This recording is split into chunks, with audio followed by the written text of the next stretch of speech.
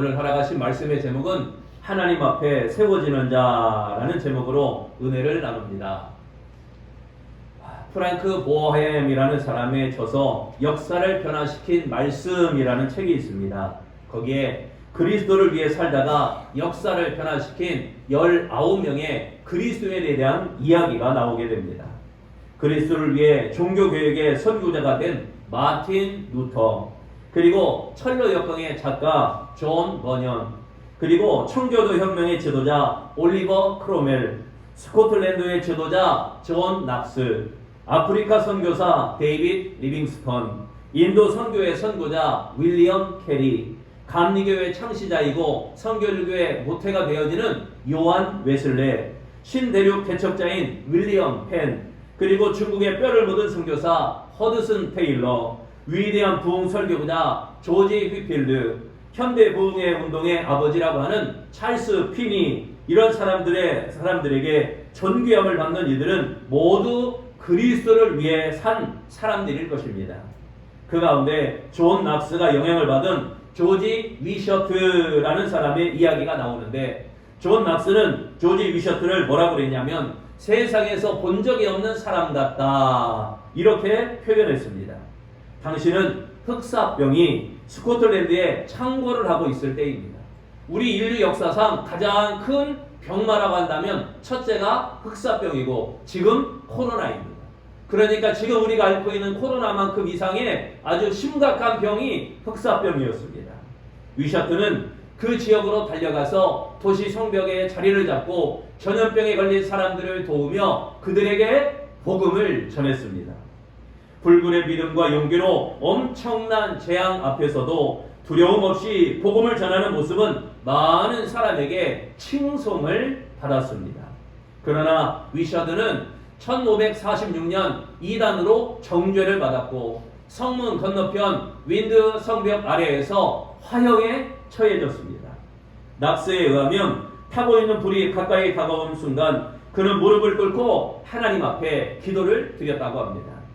이어 용서의 표시로 화형을 집행하는 자, 화형 집행자의 볼에 입을 맞추면서 이렇게 이야기를 했습니다. 이것이 바로 내가 그대를 용서한다는 증표이네. 친구여, 어서 그대의 할 일을 하게나. 이렇게 말하며 당당하게 화형대 앞에서 그렇게 순교했다고 합니다. 위셔드는 그리스도를 위해 살다가 죽음 앞에, 고난 앞에, 고통 앞에 비굴하거나 비참해지지 아니하고 그리스도를 위하여 존귀하게 화형을 당한 것입니다. 모두에게 본보기가 되는 평신도의 모습인 것입니다. 평신도는 목회자와 성도를 구별하기 위한 용어인데 1세기 말에 클레멘트가 헬라어 라이포스라고 하는 용어에서 사용되어 평신도라는 말이 시작되었습니다. 그리고 중세 시대에는 교권을 강화하기 위해서 그 평신도와 성직자를 구별하기 위해서 사용되기도 하였습니다. 그러나 요한 웨슬레는 평신도에게 설교할 수 있는 권한을 주기도 하였는 등 당시로는 파격적인 역할을 부여할 정도로 평신도와의 협력을 중요하게 여겼습니다.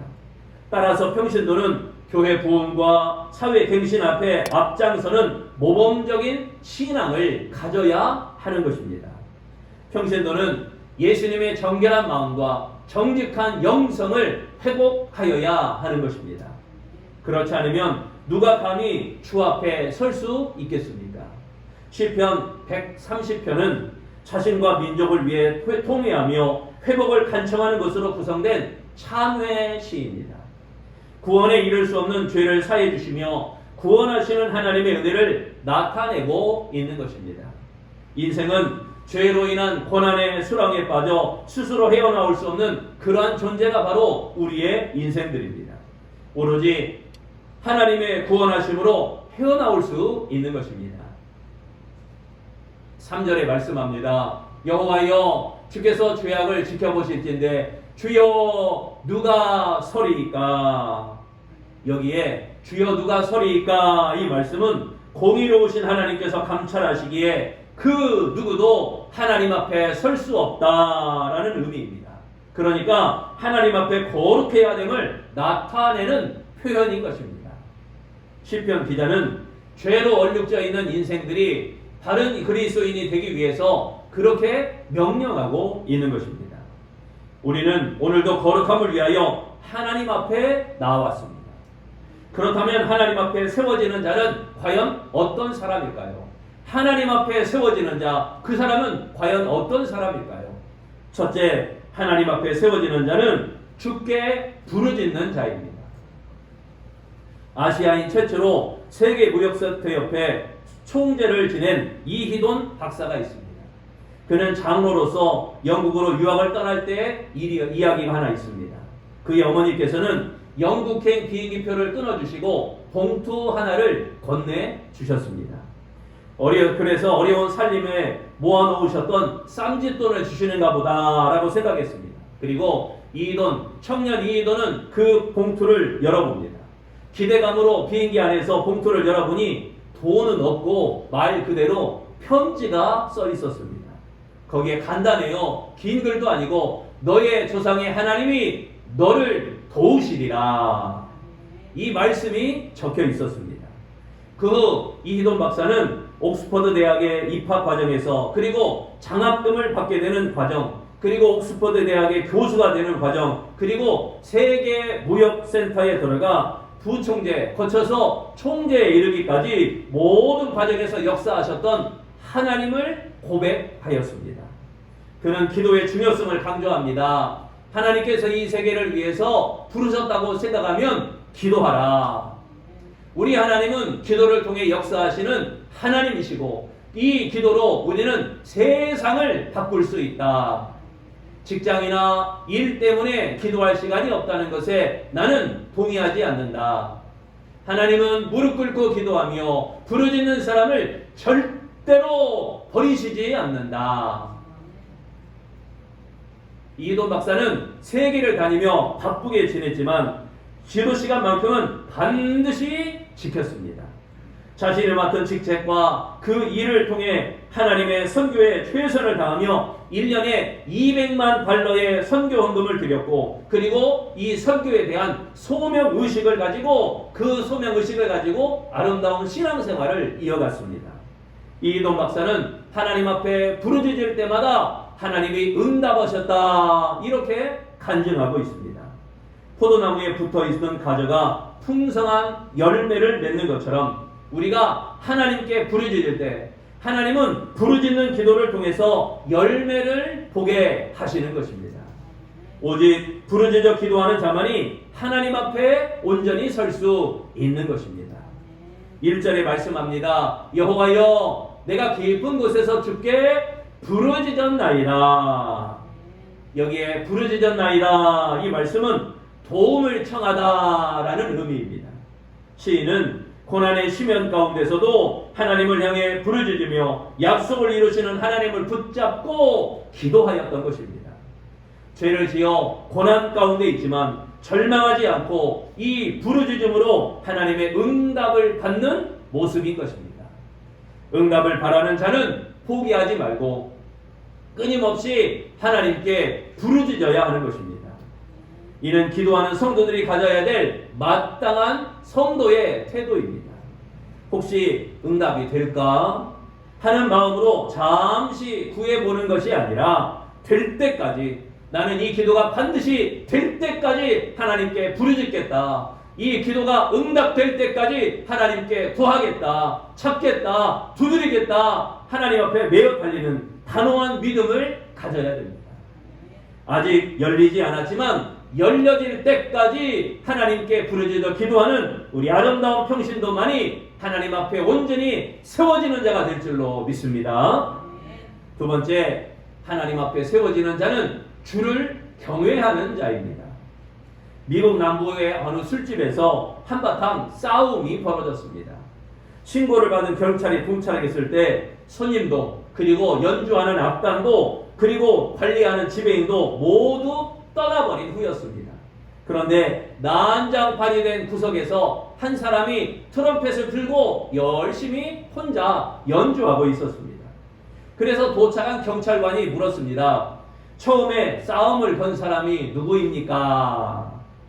트럼펫을 불던 남자가 이렇게 대답합니다. 아니, 누가 싸움을 했습니까? 그 연주자는 옆에서 싸우는 줄도 모르고 연주에 몰두했던 것입니다. 이 사람이 누구냐? 이 사람은 재즈 트럼펫의 대가 루이 암스트롱. 여러분도 익히 많이 아실 거라 생각합니다. 재즈 트럼펫의 대가 루이 암스트롱이었습니다. 그는 무명 연주자 시절부터 손님이 있거나 없거나 TV 많거나 적거나 상관없이 늘 연주에만 전념했던 것입니다. 그의 일생토록 자신이 사랑하는 그 음악에만 몰두했던 것입니다. 불우한 어린 시절을 보낸 암스트롱은 석탄을 나르고 폐품을 팔아 살림을 도우면서도 자기 또래 아이들을 모아서 중창단을 조직했고 거리에서 그들과 함께 노래를 불렀습니다. 힘든 환경에도 그렇게 하나님을 경외하며 연주자가 되고자 하는 그 꿈을 버리지 않았던 것입니다.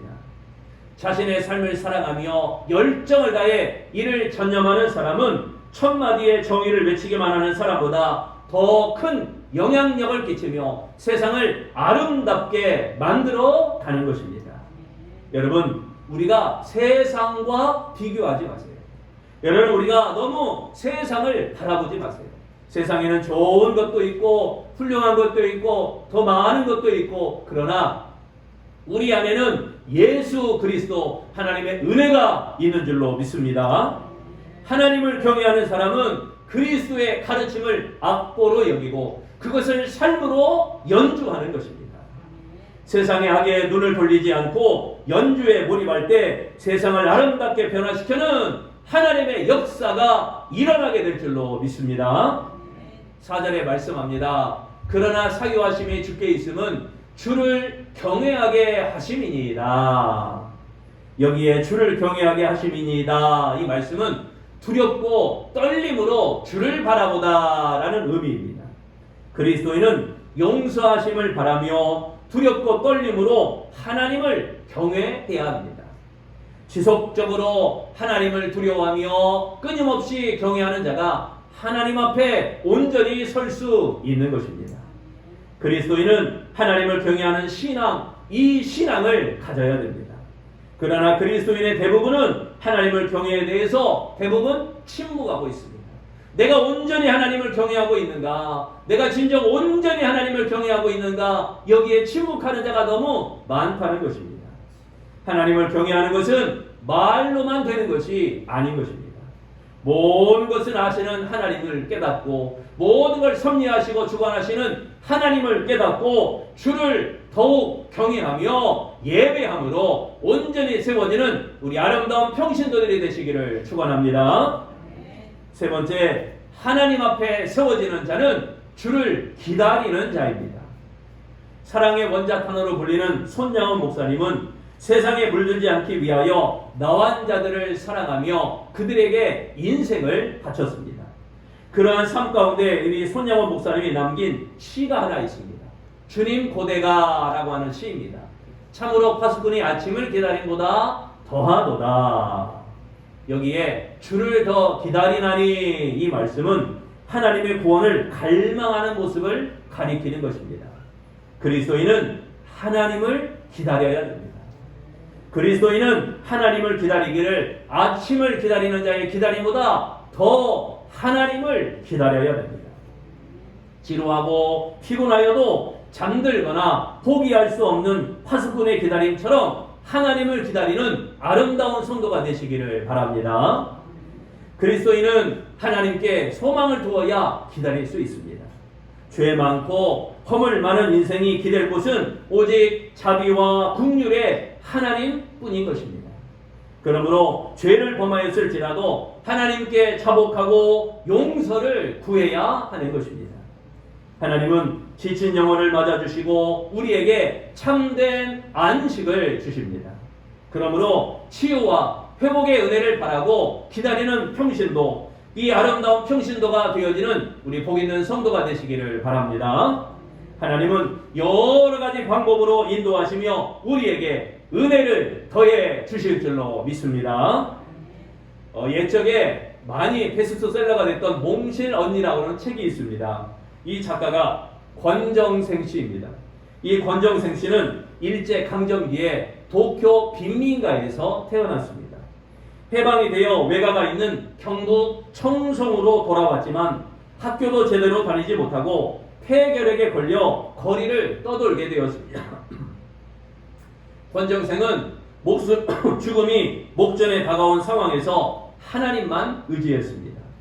안동에 있는 일찍교회 문간방에서 교회 종지기로 살면서 죽음을 극복하기 위한 신앙을 가졌고 그때부터 글쓰기를 시작했습니다. 이후 글에서 나타나는 인간에는 사랑을 감동시키며 그를 베스트셀러의 작가에 이르게 하였던 것입니다. 이제 책이 많이 팔려 호화롭게 살 수 있는 조건이 이루어졌습니다. 하지만 그의 생활은 전혀 변하지 않았습니다. 바뀐 것이라곤 마을 청년들이 지어진 2평 남짓한 작은 집 한 채가 전부였습니다. 권정생 작가는 이렇게 말합니다. 하루치 생활비 외에 넘치게 쓰는 것은 부당한 것이며 내 목 이상을 쓰는 것은 벌써 남의 것을 빼앗는 행위이다. 권정생 작가는 철저하게 오직 주님만 의지하고 철저하게 내려놓는 삶을 살았습니다. 그는 죽기 전에 자신이 가진 돈으로 옥수수를 사서 북한 어린이들에게 보내달라 이 말을 마지막으로 남겼다고 합니다. 그리고 그가 죽은 후에 그가 쓴 책에서 벌어들이는 세계 인세로 들어오는 돈이 한 해에 무려 1억 가까이 되었는데 그 전액을 북한 어린이를 돕는데 사용하고 있다고 합니다. 이 모습이야말로 자신을 하나님 앞에 드린 평신도의 모습이 아니겠습니까? 사랑하는 성도 여러분, 오늘은 평신도 주일입니다. 종교 활동을 하는 정도의 평신도라면 그냥 종교인에 그칠 것입니다. 그러나 여러분은 그런 종교인이십니까? 여러분은 진정한 그리스도인이십니까? 하나님이 원하시는 평신도는 과연 누구일까요? 누가 주님 앞에 설 수 있겠습니까? 마지막 때 진실로 믿는 자를 찾아보겠느냐? 탄식하시는 예수 그리스도의 음성을 듣는 아름다운 성도가 되시기를 바랍니다. 부디 주께서 찾으시는 자, 주께서 세우시는 자, 하나님 앞에 세워지는 아름다운 평신도가 되시기를 바랍니다. 하나님 앞에 세워지는 자로서 주께 부르짖어 기도하는 평신도가 되시기를 바랍니다. 하나님 앞에 세워지는 자로서 주를 경외하며 바라보는 평신도가 되시기를 바랍니다. 또한 하나님 앞에 세워지는 자로서 주를 사모하며 간절히 기다리는 평신도가 되시기를 바랍니다. 하나님 앞에 세워지는 복된 평신도인 우리 아름다운 성도가 주님 앞에 온전케 되고 칭찬받는 하나님의 큰 일을 감당하는 능력의 그리스도인 되시기를 축원합니다. 기도하겠습니다. 소망의 주님, 우리에게 하나님 앞에 세워지는 기회를 주시고 하나님 앞에 세워지는 기회를 받았을 때 주께 부르짖어 기도하는 평신도가 되게 하시며 주를 경외하며 바라보는 평신도가 되게 하시며 주를 사모하며 간절히 기다리는 평신도가 되어지도록 축복하여 주옵소서. 마지막 이때에 진실로 믿는 자를 찾아보겠느냐 말씀하시는 그 주님의 음성, 탄식하시며 진실된 자를 찾는 그 하나님의 음성을 듣게 하시기를 원합니다. 주님, 우리로 하여금 주님이 찾으시는 평신도가 되게 하여 주옵소서. 예배를 향하여, 기도를 향하여, 전도를 향하여 하나님께 열심을 붓는 평신도가 되어져 하나님께 더욱더 부르짖어 기도하며 더욱더 힘써 경외하여 예배하며 주님을 사모하며 간절히 주님을 앙망하는 아름다운 평신도가 다 되어지도록 축복하시기를 예수님 이름으로 기도합니다. 아멘.